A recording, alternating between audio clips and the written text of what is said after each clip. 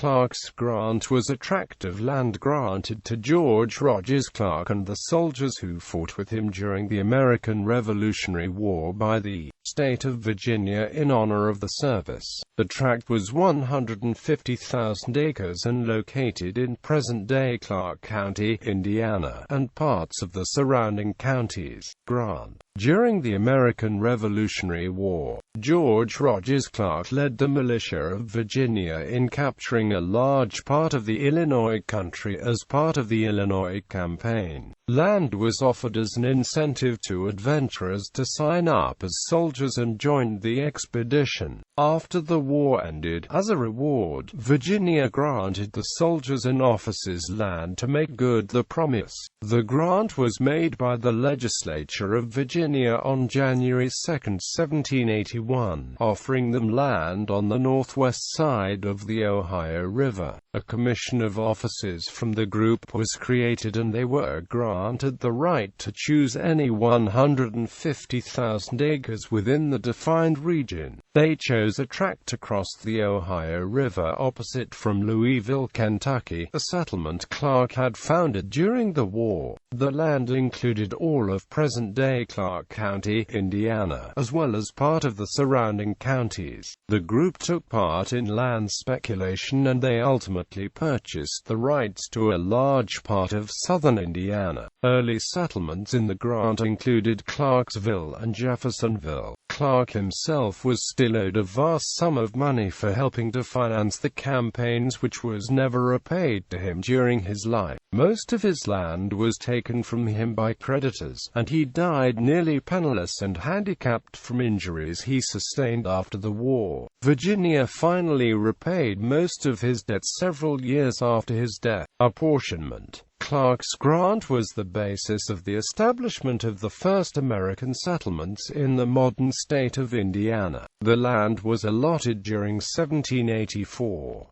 Clark himself received the largest tract, containing over 8,000 acres. Officers were also granted large tracts, and the 236 privates each were given a 108-acre tract.